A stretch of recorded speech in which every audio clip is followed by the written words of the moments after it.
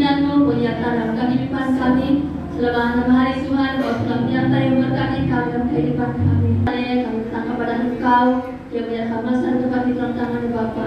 Yang Roh Kudus Tuhan sendiri akan bekerja di tempat ini, akan bekerja dalam setiap kehidupan kami, supaya apa yang kami dengar pada pagi ini akan menjadi kekuatan baru bagi kami untuk memuliakan Engkau.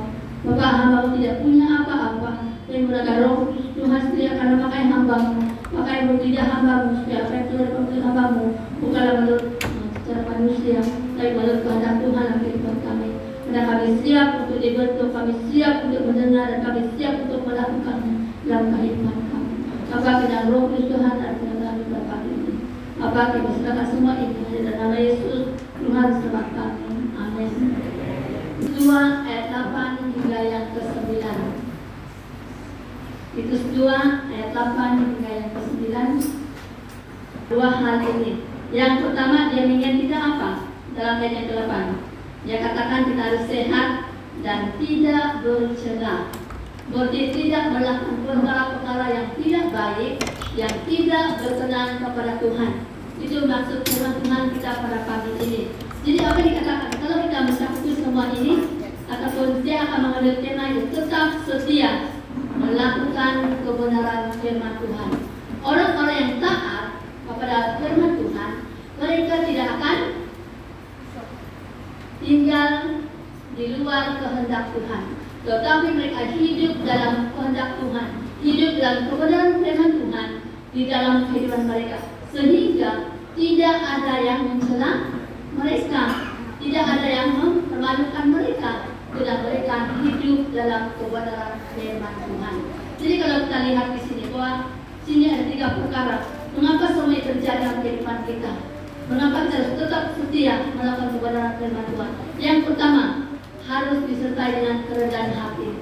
Setiap orang yang rendah hati, mereka melakukan segala perkara dengan taat di dalam kehidupan mereka. Dan yang kedua, kita tidak melupakan Tuhan dalam semua perkara di dalam kehidupan kita. Dan yang ketiga, dalam semua perkara harus kita meminta hikmat daripada Tuhan. Bagaimana kita menghadapi semua hal di dalam kehidupan kita. Karena kita tidak mampu tanpa Tuhan bekerja di dalam kehidupan kita secara pribadi. Dan yang keempat, tanpa Tuhan yang melakukan apa yang kita perlukan, tidak mungkin kita akan menikmati dalam hidup kita. Jadi ingat perkara penting ini. Mengapa kita tetap dalam kebenaran? Karena saya dan saudara hari ini kita menikmati kemurahan Tuhan dalam kehidupan kita. Kita tidak mau hidup di luar kasih karunia Tuhan di dalam kehidupan kita, tetapi kita harus tetap taat melakukan segala kebenaran firman Tuhan.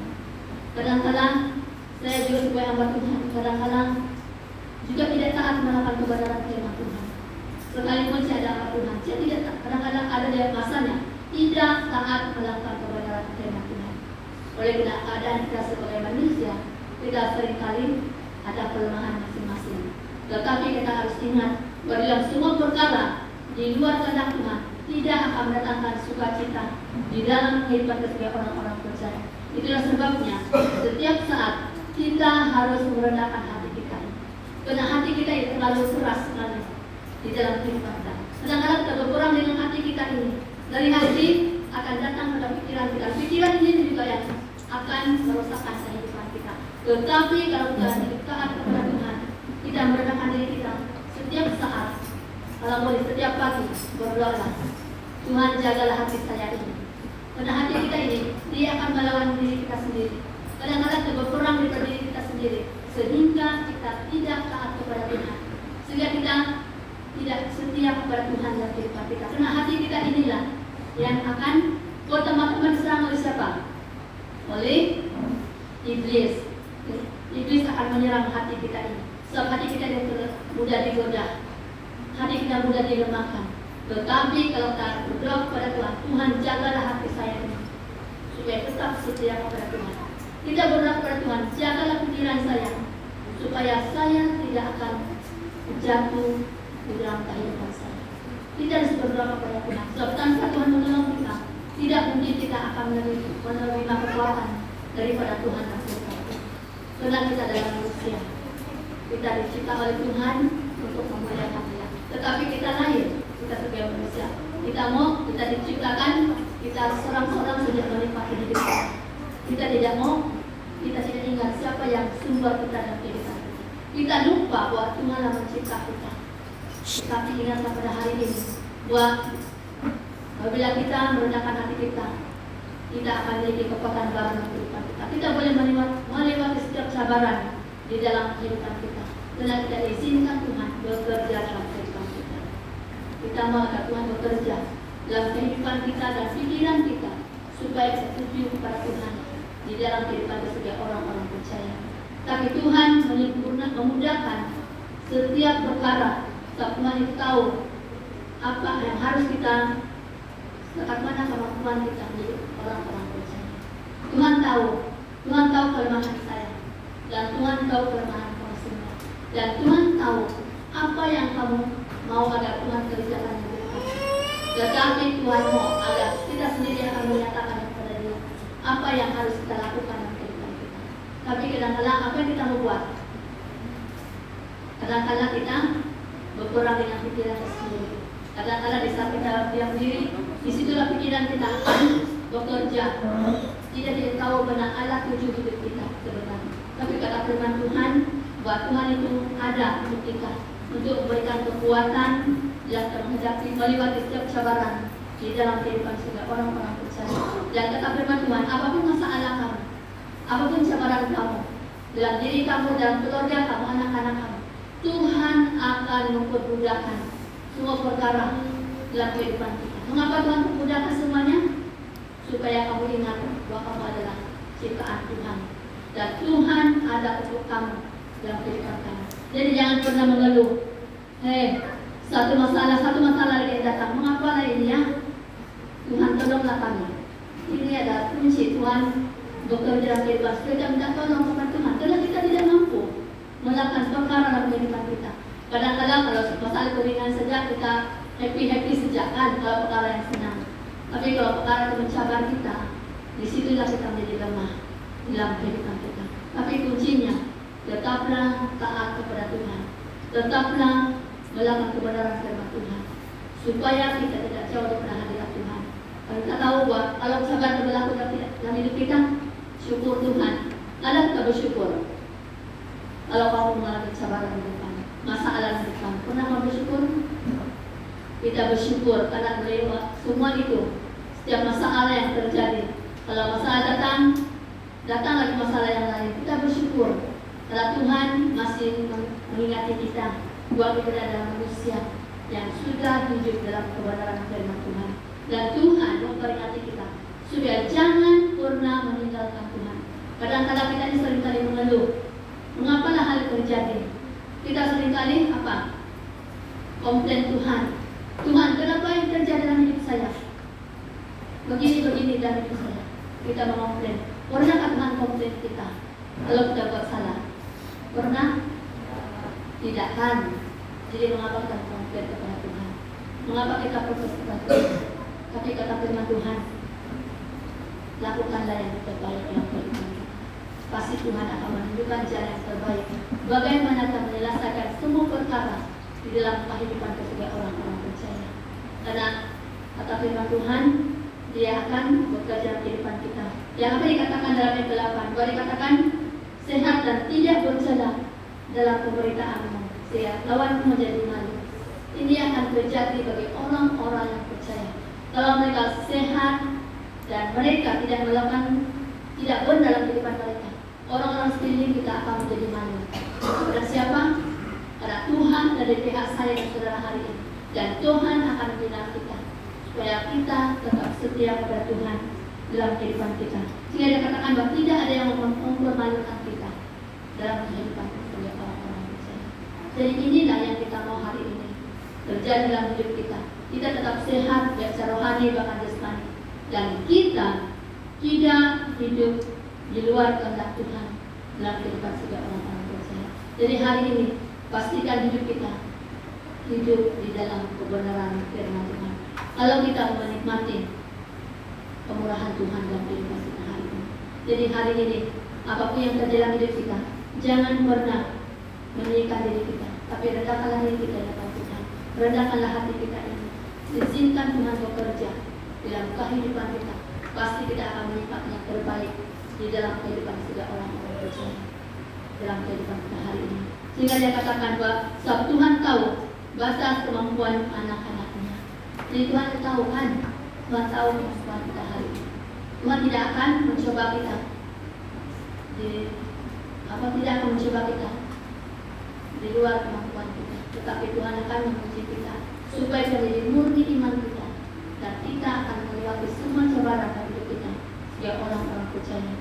Lalu dalam hal yang kedua, jangan melupakan Tuhan dan semua yang kita lalui. Kadang-kadang kalau kita punya masalah, apa yang kita buat? Kita pasti cari orang yang kita percayakan, boleh menyimpan, boleh menolong kita, boleh menguatkan. Tapi kita sebagai orang-orang percaya, kita harus datang kepada Tuhan, berdoa agar Tuhan menolong kita. Bagaimana kita mengatasi semua cabaran di dalam kehidupan kita. Kadang-kadang kalau kita mendengar perkataan orang, kita mendengar masalah-masalah orang, apa yang kita buat? Kita berdoa untuk mereka. Sebaliknya kita mempersalahkan orang lain, kan? Kenapa dia buat begini? Tetapi kita sebagai orang percaya, kata firman Tuhan, bahwa kita tidak akan dipermalukan kalau kita melakukan kebenaran firman Tuhan dalam kehidupan kita. Berarti apapun yang terjadi dalam hidup kita, apapun yang orang lain katakan tentang kita, kalau itu benar, kita tidak akan dipermalukan di hadapan Tuhan, karena kita di pihak Tuhan dan kita melakukan kebenaran firman Tuhan di dalam kehidupan kita saat ini. Mengapa? Karena kita hidup tidak bercelah di hadapan Tuhan. Kita hidup melakukan segala kebenaran firman Tuhan dan kehidupan kita. Jadi semua hal orang lain itu orang lihat kita ini, tapi Tuhan itu lihat hati kita. Apakah kita benar-benar percaya? Apakah kita benar-benar melakukan segala tanda Tuhan dalam kehidupan kita? Dan kita tidak melupakan Tuhan di dalam kehidupan kita hari ini. Jadi hari ini, masalah keluarga kita, anak-anak kita, jangan pernah melupakan Tuhan, tapi serahkan kepada Tuhan, berserah kepada Tuhan, dan sebaliknya Tuhan akan mengerjakan sesuatu yang luar biasa di dalam kehidupan kita. Jangan pernah putus asa menghadapi apapun kesulitan yang kita hadapi hari ini, karena kamu tidak sendirian, karena Tuhan ada untuk kamu hari ini. Setiap orang yang hidup dalam kebenaran Tuhan, Tuhan akan bersama-sama dengan kita di dalam kehidupan kita setiap saat. Kalau kita tetap taat dan melakukan kebenaran firman Tuhan dalam kehidupan kita pada saat ini. Dan dia katakan bahwa Tuhan tahu semuanya itu. Sebab kita tidak mampu menghadapi semua cobaan dalam kehidupan kita, tapi Tuhan tetap ada di dalam kehidupan kita. Kuncinya kita harus tetap percaya, beriman, dan melakukan segala kebenaran firman Tuhan di dalam kehidupan.